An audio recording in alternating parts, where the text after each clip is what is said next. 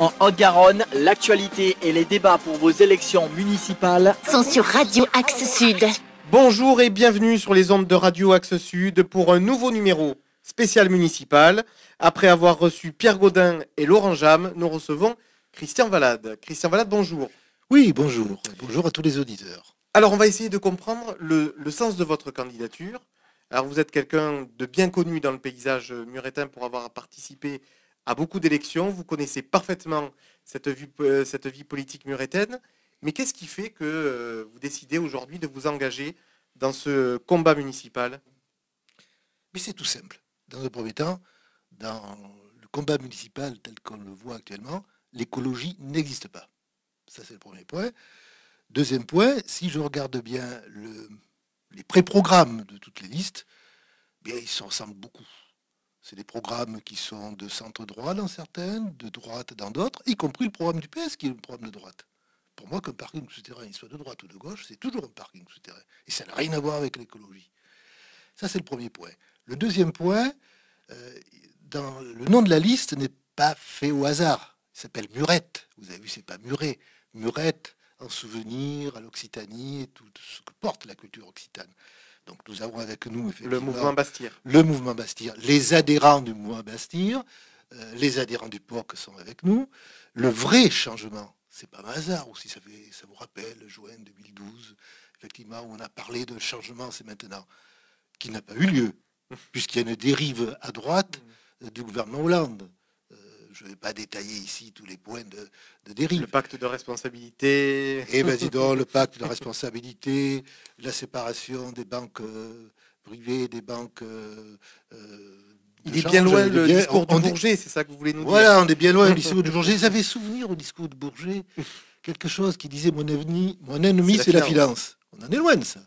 Donc c'est pour que toutes ces personnes qui sont de gauche, qui ont une sensibilité de gauche, se reconnaissent dans les valeurs que nous portons. Nous porterons des vraies valeurs de gauche, donc un vrai changement, et que le changement, c'est maintenant sur l'aspect politique, c'est maintenant sur l'aspect écologique. Alors, mais est-ce que votre candidature ne comporte pas un risque, peut-être celui de déstabiliser la gauche muretaine et de favoriser de fait la droite? Alors, déstabiliser le Parti socialiste qui vire à droite, j'en suis tout à fait heureux.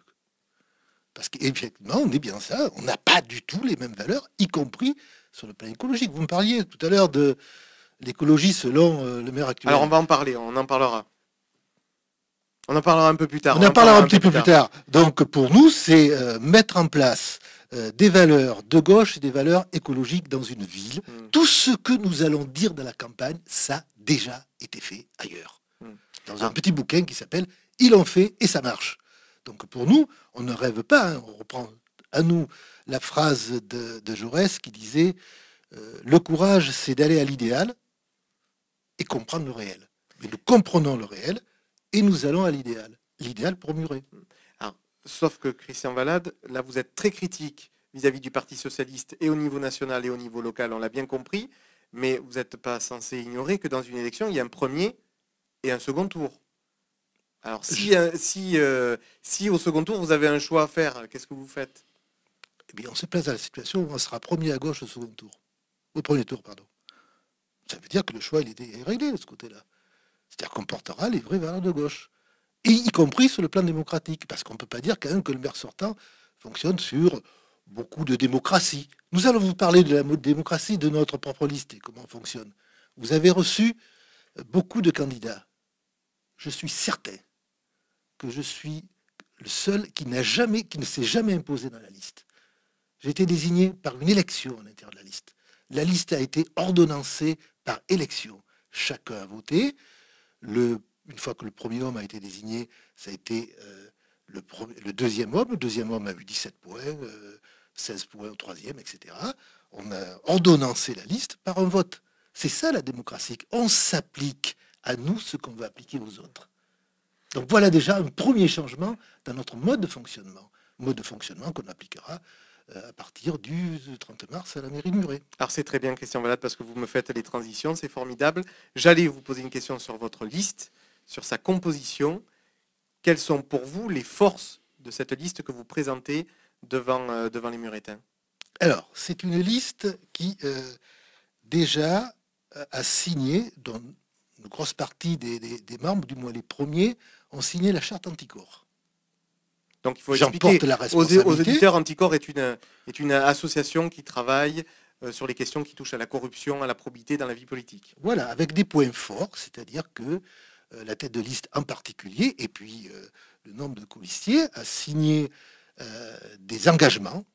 Les engagements, c'est par exemple publier tous les comptes au niveau du budget de la mairie, publier tous les contrats qui sont passés avec les différentes entreprises, c'est publier également les indemnités des élus, etc., etc. Et que si cela n'est pas fait, c'est Anticorps qui porte plainte contre la tête de liste. Donc vous voyez qu'il y a un sacré engagement. Qui l'a fait ça sur Muret? C'est pas un autre mode de fonctionnement, ça? C'est bien un fonctionnement à la transparence. Et on s'engage. Et je dis bien, c'est pas les Muretins qui vont porter plainte contre le maire, le futur maire que je serai si les Muretins le souhaitent. Ce sera Anticorps qui portera plainte parce que je n'ai pas respecté le contrat qui a été fait. Ça m'a très bien été expliqué. Donc nous avons pris ce premier engagement au moment des candidatures. Avec moi une dizaine de colistiers. Quel est votre positionnement sur la question du non-cumul des mandats? Oh, c'est très simple, on l'a déjà écrit. Non-cumul des mandats, alors non-cumul des mandats dans le temps et non-cumul des mandats simultanément. Ça veut dire qu'on s'est engagé que les adjoints n'auront pas de délégation importante à la CAM. Ça, c'est le premier point, il n'y a pas de cumul des mandats. Et le deuxième cumul des mandats, c'est que le maire de Muret ne sera pas président de la CAM. Vous posez la question à nos adversaires, qui sont tous dans la situation dans laquelle ils veulent être président de la CAM. Sauf Pierre Gaudin a annoncé qu'il ne le serait pas. C'est très bien. Mais l'ex-maire de Onne, je crois que c'est son objectif premier d'être président de la CAM. Ah, je sais pas, on lui posera la question. Donc nous avons notre mode de fonctionnement et nous l'appliquerons. Il n'y a aucune raison qu'on ne le fasse pas. Nous avons toujours fonctionné ainsi. Très bien, on le sait, votre moteur, ce sont les questions d'environnement et les questions écologiques. Muret est dans quelle situation pour vous sur ces points-là? Est-ce que le bilan mandement est satisfaisant pour vous? Alors, vous allez me dire non, je le sens. Non, je ne vais pas commencer comme ça. Je vais commencer par regarder comment fonctionne la société, comment fonctionne notre ville, et aborder le problème globalement. Et puis vous verrez, on répondra à toutes les questions. Alors, dans un premier temps, la société est face à 3 crises fortes. Une première crise sociale, et on le sait sur Muret, où le chômage est sacrément important. Une deuxième crise, une crise financière, avec les déficits, etc., publics, qui ne sont pas dus, déficit public, au fait que l'État coûte trop cher, mais qui sont dus parce qu'il n'y a pas de rentrée d'argent, en particulier des rentrées d'argent des entreprises, de la fiscalité des entreprises. Par exemple, Total ne paye plus d'impôts depuis que c'est en France, McDo essaye de détourner ses impôts, Microsoft fait la même chose, etc. Et on ne fait pas rentrer cet argent. Ça, c'est la deuxième crise. Je vais très vite. Et la troisième crise, sur laquelle on n'y échappera pas, c'est la crise écologique. Il y a quelque temps, les écologistes disaient « nous allons dans le mur ». Là, nous y sommes dans le mur. Regardez ce qui s'est passé il y a moins d'1 mois, quand pendant une semaine, le littoral atlantique recule de 10 mètres. Est-ce qu'on a fait un lien avec le réchauffement climatique ou le dérèglement climatique? Rarement sur les antennes. Il y a un déni total de la société. Et ça, cela va nous frapper. En même temps qu'il y a ce temps exécrable en France, on a en Australie des villes dans lesquelles il faisait 25 degrés. Et cette année, il en fait 42. L'eau qui s'évapore dans l'atmosphère, elle retombe, elle n'y reste pas dans l'atmosphère, elle retombe en quelque part, et ça fait les catastrophes que nous connaissons. Quand on dit l'augmentation du niveau de la mer est prévue de 50 cm, vous vous rendez compte 50 cm sur la masse des océans et les conséquences? Le rôle d'un maire, c'est de protéger la population face à ces dérèglements climatiques. Donc, à Muret, c'est pas fait. En particulier, que fait-il? Qu'est-ce qui se passe à Muret quand il fera 43 degrés dans les rues de Muret? Rien. Qu'est-ce qu'il fera quand il y a des grosses pluies, où toute l'eau s'infiltre, ou plutôt va à la rivière augmenter le débit d'eau des rivières? Qu'est-ce qui se fait? Qu'est-ce qui va se passer quand il va y avoir des glissements de terrain à Statens, par exemple? Qu'est-ce qui va se passer quand il y aura des vents violents? C'est le plus difficile à se protéger. Ça, notre rôle, le rôle d'un élu, le rôle d'un candidat, c'est de se poser ces questions qui n'arriveront pas dans 25 ans, qui arriveront peut-être les très prochains, dans 2 ans. Donc nous, écolos, nous avons des solutions. Est-ce que c'est pas compliqué de se revendiquer futur maire écolo dans une agglomération qui a une urbanisation effrénée et on le voit à Muret comme ailleurs? Est-ce que c'est pas plus compliqué? Bien sûr que c'est compliqué. Il y a des lignes directrices, il y a des orientations à prendre. Quand on prend l'orientation au niveau de l'augmentation de la température, l'augmentation de la température l'été par exemple, ça peut se faire assez facilement, mais il faut le prévoir. Si on plante des arbres dans 10 ans, il sera trop tard, ils n'auront pas le temps de grandir, c'est maintenant qu'il faut les planter. Quand vous allez à Lisbonne, quand vous allez à Barcelone, regardez les Ramblas à Barcelone si c'est pas joli. Bien entendu que les gens se mettent à l'ombre. Vous voulez vous mettre à l'ombre sur l'avenue Jacques Douzan? Alors vous allez me dire, il n'y a pas la place. Mais la place, on la trouvera.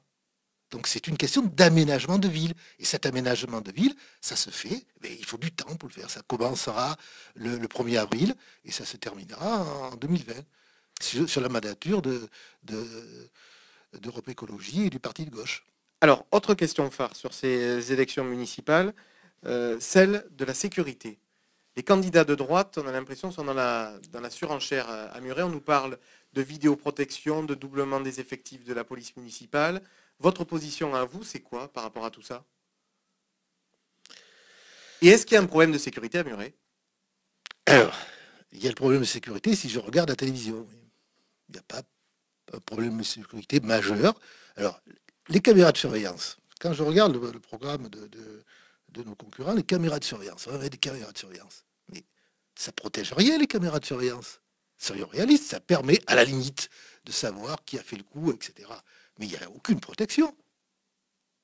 Parce qu'eux ne parlent même pas de caméras de vidéosurveillance, ils parlent en effet de caméras de vidéoprotection. La vidéoprotection, qu'est-ce que vous voulez protéger avec si vous voulez une caméra de vidéoprotection, ce qui voudrait dire que vous avez en permanence quelqu'un qui est derrière l'écran de la caméra et qui agit, c'est la science-fiction, et qui agit avant que l'acte de vandalisme arrive. Bon, c'est de la science-fiction, mais c'est quand même encouragé par le ministre de l'Intérieur socialiste qui propose même aux municipalités des aides financières pour développer la vidéoprotection. Non, mais attendez, là, vous êtes dans une phase, me semble-t-il, que le problème n'est pas à prendre comme ça très, très rapidement. Là. Il faut se mettre dans une situation dans laquelle on a un autre contexte social, un autre contexte économique, et on fera tomber la délinquance. C'est une politique à long terme.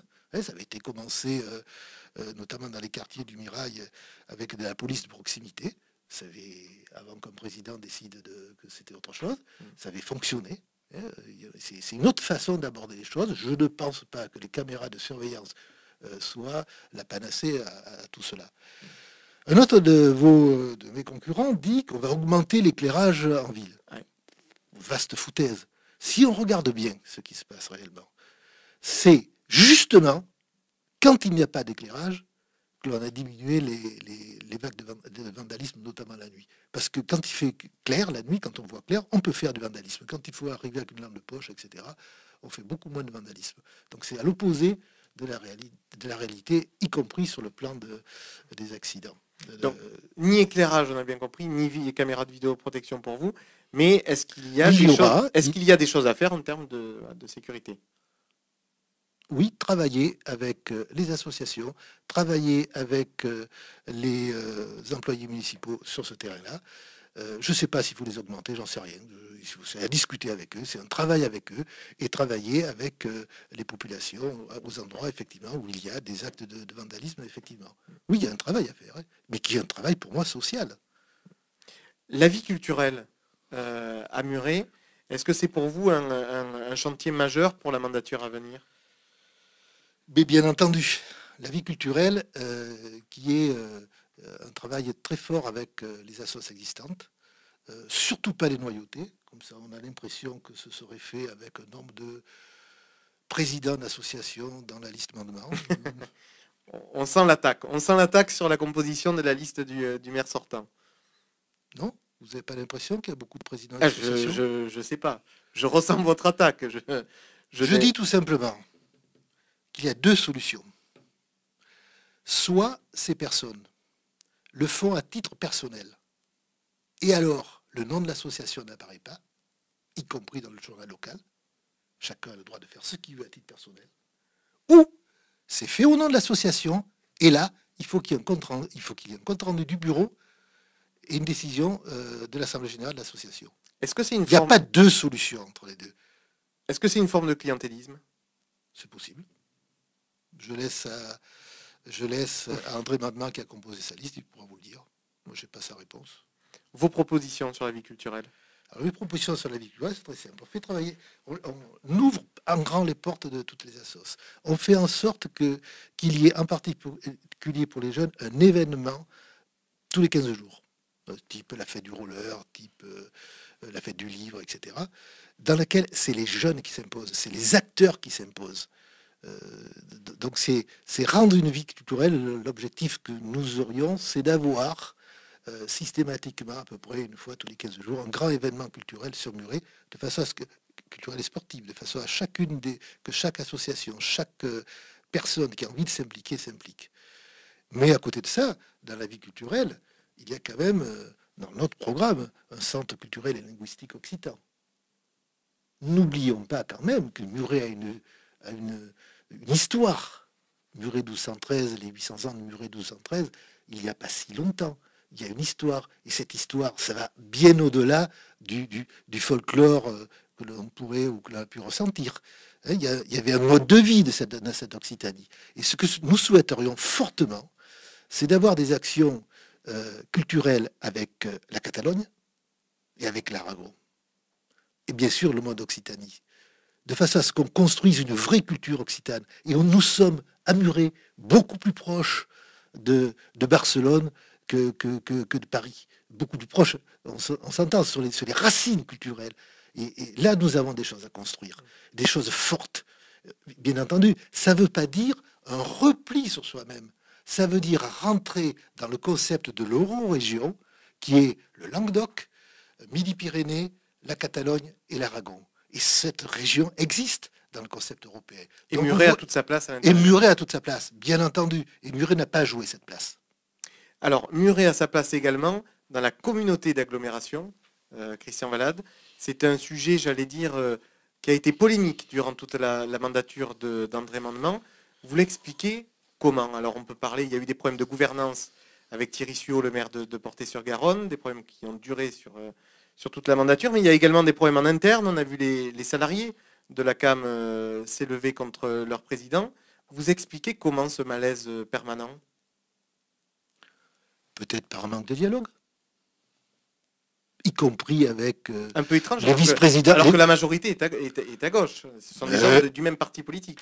Ah oui, vous le savez, le gros problème que nous avons ici, dans la région dans laquelle, dans le sud de Toulousain, le sud toulousain, vous prenez un arc qui va de Portet à Plaisance, là, vous descendez sur l'ensemble de cet arc-là, avec plusieurs communautés d'agglos. Si vous voulez, je pourrais vous montrer la carte de cette future CAM, avec un grand trou entre la Masquère, toute la région Axe-Sud. Comment voulez-vous construire un réseau de transport dans ces situations-là, déjà? Deuxième point, si nous regardons un petit peu cette grande partie-là, où pratiquement tous les maires sont socialistes, il faut être réaliste, c'est la partie de Toulouse qui est la plus pauvre en transport en commun. C'est la partie la plus populaire où vous le trouvez, hormis les travaux qui sont faits dans le cadre du conseil régional au niveau de la ligne ferroviaire. Là, ça marche à peu près, ça marchote. Disons, ça marche bien. Allez. Il y a le projet de BHNS, oui, de Pierre Cohen, qui rejoindrait, qui s'arrêterait à Portet, et qui, dans l'autre sens, irait aussi de Saint-Cyprien jusqu'à Plaisance-du-Touche. Et ici, là, il y a quoi? Pour Muret, il y a quoi? Ah ben, il n'y a rien, monsieur. Et voilà, c'est bien. Et ça ne sera pas avant 2019. Donc, ce qui serait intéressant d'avoir, mais les maires successifs que vous remontez... Donc, ça veut dire quoi? Ça veut dire que le président et les vice-présidents de la CAM ont j'allais dire, une lourde responsabilité sur ce qui se passe en matière de transport en commun? Oui et non. Alors oui, ils ont une responsabilité parce qu'ils n'ont pas poussé des lignes de transport entre, par exemple, Muret, en passant par Seyss, parce que c'est pas la même communauté d'agglo. Vous allez à Frouzès, etc. Vous rentrez de nouveau à Cugnot. Donc c'est déjà une structure administrative qui On fonctionne passe de la pas. CAM à Axe Sud, d'Axe Sud Mais bien à Grand entendu, Toulouse. donc ça peut pas fonctionner. Puis vous avez un autre problème qui est très clair, c'est les relations avec le conseil, quand on parle de transport, le conseil général. Hein, quand je regarde dimanche dernier, j'ai bien regardé des bus du transport du conseil général qui passaient sur Muret. Ils passaient avec 2 personnes, à vide le deuxième. Donc il y a peut-être un travail en commun à faire entre conseil général, conseil régional, communauté du Grand Toulouse, la CAM, Axe Sud. Bon, ben, ça veut dire qu'il faut mettre en place une agence de déplacement et faire travailler tout ce monde ensemble. Mais j'ai pas l'impression que les vice-présidents de la CAM aient eu cette logique-là. Qu'est-ce qui fait que le mandat de maire est un mandat à part?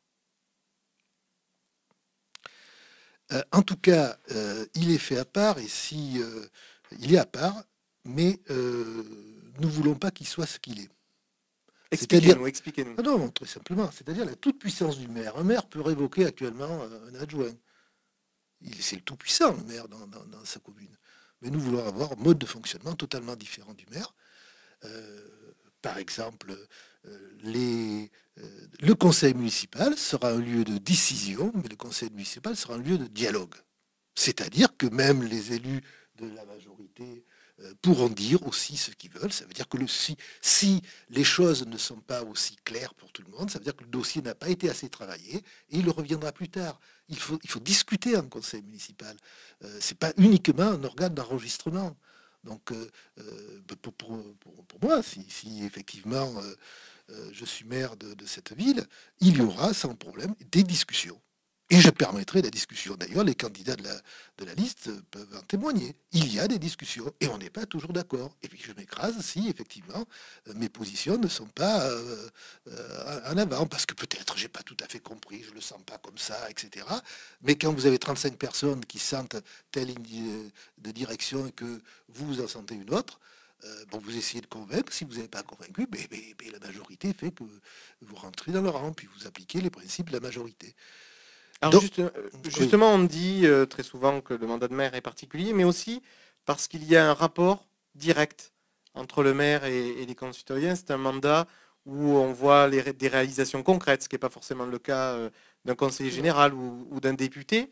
Donc il faut découvrir l'homme qui se cache derrière la tête de liste. Alors Christian Valade, hors sa vie politique, qu'est-ce qu'il fait? Alors professionnellement, Christian Valade est formateur d'enseignants. Il travaille à l'université de Toulouse 2, à l'école supérieure du professorat de l'éducation actuellement, et il s'occupe de toute la partie numérique. Dans un premier temps, puis dans un second temps, il a une mission ponctuelle, mais qui va se terminer très prochainement. Il s'occupe de mettre en place les statuts de l'ESPE naissante et les statuts du règlement intérieur. Voilà, ça c'est dans un premier temps. Alors, hors la vie professionnelle, vos passions? Hors la vie professionnelle, quand il part en campagne, il passe beaucoup de temps au cinéma, par exemple. Au cinéma VO? Au cinéma VO, oui. Par exemple, il a participé à monter le festival de cinéma de Muret, qui a été une réussite, une première réussite quand même. Dans le Petit Mermoz, nous avons reçu plus de 1200 spectateurs, avec 12 films dans un week-end. C'est pas si mal, il n'y a pas eu de couac. Donc c'est une activité qui lui prend beaucoup de temps. Une autre activité qui lui prend beaucoup de temps, qui a été très formatrice pour Christian Valade, il a mis en place avec un certain nombre de copains les Dimanches du Mermoz.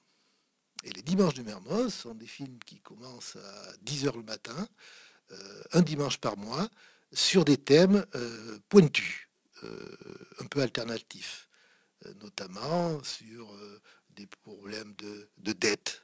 Le dernier film que nous avons présenté, c'est La dette. Sur le prochain que nous allons présenter dimanche prochain, dimanche 16, ça sera Démocratie 06.